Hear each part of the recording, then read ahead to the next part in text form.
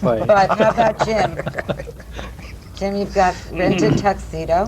Where'd that title come? Yeah. The rented tuxedo is a phrase in one of the poems, and I think it was suggested to me by Kraft Rumpf that I should use that as a title, and I was really puzzled about titling the book. But future books came about and became related to that title. My most recent book is called Limousine to Nowhere, which is connected to the rented tuxedo. And I'm in the process of working on a manuscript now that is called Frozen Orchids, which is, again, related to that. You know, I see it as a trilogy. You know. You didn't get to go to the prom. That's what this is. This is all sublimation. Right. Read the poem. Read the poem. Yes, Jack. The poem is, I was living in Mexico in the 60s, 64, 65, and in a little town called Zihuatanejo. And this is a poem about that. It's called Nexus. Along a road, the ox courts the shade and makes me move across a rut to center. Horns pass in an arc, inches from my eye, and beyond them. Sweep of trenchant bone, dull orbs the shape of Saturn's rings. The tail sickles on the cusp, warning flies, and a hoof spatters me with mud that dries before I move again. Nice. Wow. Okay. Jack, you look like you're ready. Right. Okay. This book came out in '76, right? And the title right. is? Street of Lost Fools. I will read that poem from the book. This poem I wrote in Mexico City in Hold it up, please. 1960. In 1960, right. The Street of Lost Fools. Senor Lopez sits at a stool at the Oriental Cafe. There is hair in your soup, senor. He smiles, wild eyes, rags on his knees. Oh, Conlichi, oh, split pants. The night cries by the railroad. The corn is overripe. The last peso is gone. The girls walk by. That was the Street of Lost Fools. Right. Can I read another short one from the book? By all means, Sure. Jack. All right. Go for it. Night City. Above the sound dark cities lie in shadows, and foghorns blast in silence. Prayers of lost children by light of mountains, darkness to light and light to darkness. I stand looking down at the city, and steeples rise in magic shapes. Arcs of bridges covers the river, and steam-white crosses illuminate the eye. Black tar of loneliness, and the billboards neon red. Buildings stand and fall, but man remains. Like dying timbers in a forest, man remains. On a warehouse stairway to the moon, 3 empty wine bottles stand. Nuns, vipers, Holy Mary face, which is not yours, but you are all. Madness of cities, king majesty, drunk with awe. Quiet, tired, restless city, black tar in the night. Black tar in the night. Yeah. Right on. Good, Jack. I want to mention in this show, as well as in the other show, that just recently, Jack was the subject, a guest of Conan O'Brien, who is a late-night TV person on NBC. So he's our star today. And now, R.B. Weber, can you read for one of your books? I can. This is Poems from the Xenia Hotel, which is a place I stayed in the summer of 1970, south of Antioch College in Yellow Springs, Ohio. $25 a week with bath. And the janitor told some stories that got me started, and it led to that title. This is the first story. And you must remember the title is also the end of the poem. And then he made the swishing motions with his hands. You know that big brick house, the place on Xenia Street near the old stables? We called it Influenza Mansion. I was raised by the undertaker who built it. That's how I remember World War I. He made plenty of money from burying them soldier boys they used to truck in by the dozens from Camp Clifton, stacked like cordwood, head to toe, carried in, laid out on the trestle tables the cops set up. Some men with knives then come along and cut them right in under the armpits and bled them into some troughs under the heads of the tables. The city firemen stood outside, hosing it into the sewers. I never helped with the embalming. I was only 8 years old. Used to stand there by the tables with my buckets of hot water, one soapy, one for rinsing. Used plenty of elbow grease, the undertaker's wife would say, and I'd scrub away at them like this and this. Read Thank another you, one Herbie. from the book. Read Yeah, you have one. another book? Could you read one from... Don't have another book. Well, I'll read read from it. I'll read a short from another section. Okay. I got, in this book, there are a lot of poems based on stories told to me about country people. And I'll read this one about Burl Wagner. When they still stored the grain in sheaves in the sheds and barns and threshed way into winter when they could spare the time, she would stand there. And when the mice would run from the lifted grain, she'd drop on her knees or even just sit on her ass. And when them creatures run up her fat legs, she would beat her hands like hams on her thighs and laugh as she caught them and crushed them underneath. You know, that good old clean air country life. Yeah, right. Can you do another one for us, Graham? Yeah, I have one here. Okay. Rain all morning, silver trees are speechless. The afternoon I spend carefully handling my guts to feel love. I put the heart in my mouth and slice the brain like cheese. Before the sun sets, rainbows circle the sky. Delicate fires fall like soufflés. In the dark, I take out my eyes and listen to music, rain on fallen leaves. It's beautiful. Do you have another one for us, Ray? Mm-hmm. Okay.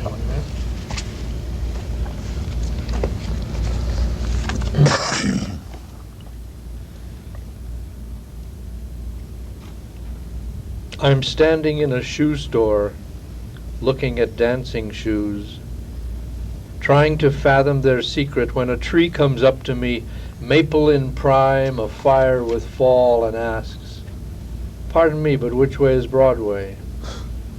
"They don't want you there," I say. "Nor can you dance," says he. That's wonderful.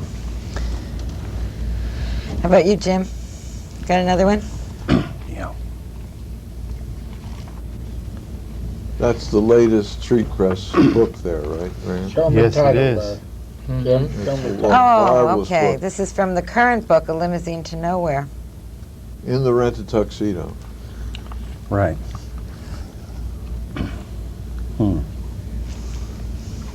This is called Guru. Last week, my guru at another incoherent ceremony said, "Let's swap afterlives." I listened to him carefully. He's got his drone down to a cross between the squeal of an out-of-control Studebaker going off the Verrazano Bridge and an Australian Aborigine drum. He never asks for money. He'll drink anything you offer, and he wears funny hats. He can stare into nothingness for hours, his unblinking gaze as flat as a dead bird on the highway. When he reveals what he's seen, no one can understand him except his mother. She thinks he's a saint. Somebody does. Did you swap the afterlife? Dan, read another one. Oh, yeah. Yes. Okay, I'm Dan. going to read one which is an elegy for Paul Blackburn. Tell us a little more about him. I don't think the audience necessarily knows who he is. Paul was running the readings at Dr. Generosity's Right. a long time ago, and was fine poet, and Translator lot of Catullus, yeah, and did a lot of work with the troubadour poets the Provençal. and Provençal poets. Yeah, and he also had some interesting tapes of the one I'm referring to in here is a tape he made in Virginia of a mockingbird. That's all it was a tape of a mockingbird. I'm supposed to be in Brooklyn, she's supposed to be in Michigan, but nobody is ever where you think they're at. By the time we finish explaining who we are, we've changed again. It's getting dark, I've got to go, who knows where. When her landlord's son turns out to be a friend of Paul Blackburn's, before he died, listening to the mockingbird on a Virginia fence. We're never where we're supposed to be. Oh. That's really nice. Except for the one poem that Jim read, these are all poems from the 70s. Do you feel that your poetry has changed in any measurable way from that time, or are you I'm moving in beginning the to same understand it. vein? For the first time? Good. God, I haven't gotten there yet. There's hope. Next. I think I sneaked one in from the 60s. It was Yeah. published in the 70s. Okay. Well, in a sense, if you feel the poem is finished and it's good enough Then for you don't have to do anything more with it. You don't worry about whether it's from the Actually, 60s no. or it's not a matter of progress in No, it's a time. matter if the poem lives, if it's alive, Yeah. then it's resurrected. So it It's doesn't matter when you wrote It's it. always now. You know, it's always now, and if it's alive, it lives now. And lives maybe 50 years from now if we're lucky. Well, in the interview I did with Dan, he had an interview with Kathy Sperling, which indicated that there was a great quote in there about how when you identify a group of poets, there might be some shared values in there, but basically you have to Yes, take the indeed. poets as individuals, which I'm trying to do in this Mass. series. And Yeah. I'd like to just talk about what the shared values Frost were that in come there, too, through actually. in your Some of the poetry. boys. Do you, as a group, feel that you Let me talk shared to you values that afterwards came about through in your work? Well, Oh, that's a stump. Well, I think that we had some, some similar political views. yeah. Economically, we were none were of us, poor. yeah, had a nickel. Participation.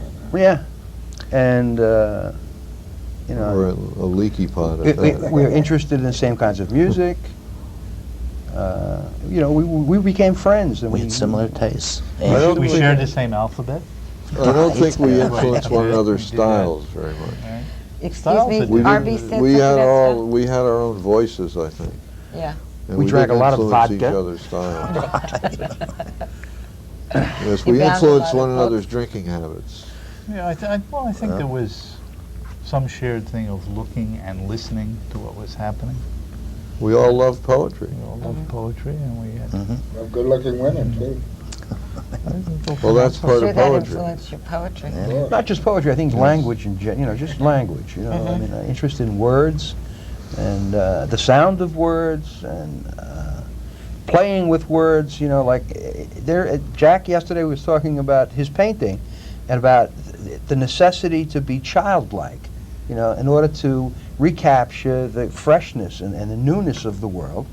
And that's one of the things that you try to do with language, is to try to, it's more important than what the poem means or what it's saying, is that there's this process that it goes through. The language creative itself, process is magic. it's like ink And and it ink, a cannot bottle be of ink, defined. The creative process is a magical process which comes from within the artist, and if he's connected with a higher source, it's magic. It cannot be defined, it cannot be taught. You only can encourage the person that's creating to be a bigger person. So it's difficult to teach creativity, because each one is a separate being. Do you each have a sense of magic or the importance of magic in the creation of a poem? Yeah, or of the mysterious that you don't know. I mean, where a given image or metaphor or, particularly apt phrase comes from, but when it works, it works. It's like Yeah. it Goes, clicks. it moves, right? And Yeah. And then it leads comes you. back and tells you. It leads It's like you, a painting. right. When you're doing a painting, sometimes you haven't the vaguest idea what you're doing until it starts to take its shape, and then it starts telling you, and you Well, listen yeah. to it, and it's like a poem. When you begin a poem, the poem is organic. It starts moving in ways you never intended it to move. It's pushing your subconscious, Yeah. and And you go When along the with juice it, or is you flowing, resist you it? know it. When the juice is coming, you Yeah. know it. And you can't talk about it. It's there, and you're really moving. There's no time to think about it. It's juicing up. It's moving. Let Ray say something about creative process. Yeah. Oh, I agree with what Jim was saying. It's a process that you begin, and it's organic. Once it starts, it takes over, and it demands that you follow, and you, you can give it form and stuff like that to a certain extent, but what you start out with is not not the direction you thought you were going Right. in. It's not linear, although, you might start out in a linear sense because it sort of goes in other areas, and it ends up at a very surprising place. And that's the element of surprise, I think, that is the newness of it. It's like, wow, look at this. What The other hell element happened? is that sometimes the poem is saying things you don't even know it's saying.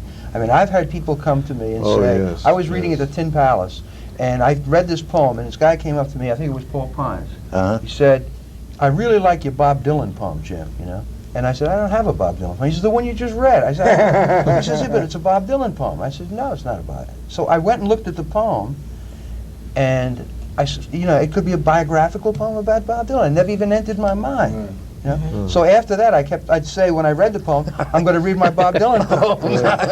Yeah, right. Lucky he recognized it. How for about what it the was. influences on you? Are there shared influences? No, each one has different influences. Okay, like who? I was influenced by Federico Garcia Lorca, Baudelaire, Mayakovsky, Rachel Lindsay, had many influences. The thing of Walt Whitman, many influences. You don't know what you pick up when you read these people, but everyone has different influences. This gentleman here, Arby? Arby. Who were your With two influences? microphones. My influences: God, Mother, Apple Pie, Greta Garbo. American Greta Pie. Garbo, yes, Okay.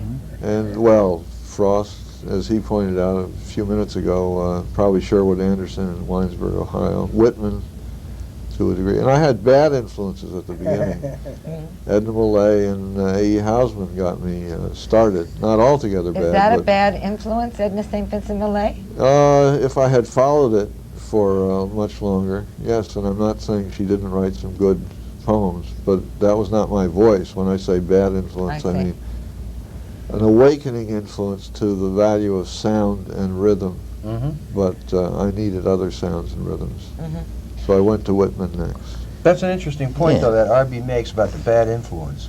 That you can. I think all poets begin imitatively. Yes, that's when what I I was mean. beginning to write, I was in love with the sound of Dylan Thomas, and so I was writing these poems that were sounding like Dylan Thomas. Of course, I liked that bubble of speech in there. Yeah. Yes. But if I would have continued that, it's been disastrous because you're speaking. It's like being We have to find your own voice, you find right? your own Yes. voice. Sure. Who were your influences, Ray? Well, my influences, I think, were just about everything I've ever read, in a sense, because that's where I learned about language and how you can use it to build things, really, to build Very imaginary things. But I was thinking that the influence, my sensibility is influenced by the artists and poets who are my contemporaries and who I know, and who I talk to, and whose work I read. But as for the architecture of what I try to write, it's everything I've ever read, really. That's influenced me. Not one particular person at one time, and then move on to another. At another But it's the time, whole that's thing, right? evolution. Yeah, We and only I have a thi- couple but minutes I, left. I think William Carlos Williams also is probably a common base for all of us. Really? In terms of plain speech and the rhythms and the line. Right. Yeah, The American idiom. right. Speaking not in a voice that's poetic, but I mean, you hear Jack. Jack has an incantatory sound to us, but it's American street speech that comes through, and I think all of us use the language that we speak, not the language that somebody assumes is poetry or poetic. Right, Right. that's true. We're Earth- trying to be original. We're trying to express ourselves how we lived, how we saw, and how we relate in our own human poor ways, you know. So we've been influenced by everything: baseball, what we see on TV, movies, street corners, Exactly. whatever. Yeah. Right. And Football. you, Graham? My influences are basically the French ballad poets. And that's it. I don't listen to any of this other stuff. Right. No, the that's it. famous French ballad poet named Ezra. Right. And everything since then has been anticlimactical. And Grammatical, that's a vine that grows on a trellis. Yes. Anti-grammatical. I think if a poet talks about his or her influences, they're probably lying.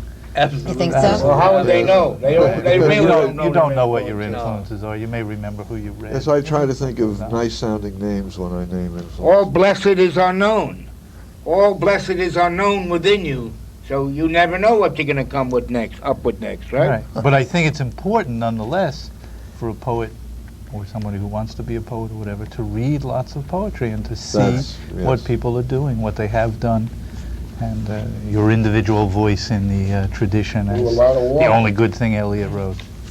Luck is an influence. Luck is always... Luck, banana, you That's slip it. on a Lady banana, luck, you might meet a yeah. beautiful woman. And a poet without luck, Lady. I have to end the show. Luck is Be a a beautiful lady lady. tonight. I want to thank you all. Dan Murray, Jim Tyack, Graham Everett, Ray Freed, Jack Micheline, R.B. Weber, the Street Press. Thanks for being here. Thanks for having us. Thanks for Thank you. joining us Bye-bye. at Bye-bye, America. Kott Spot. Toodaloo.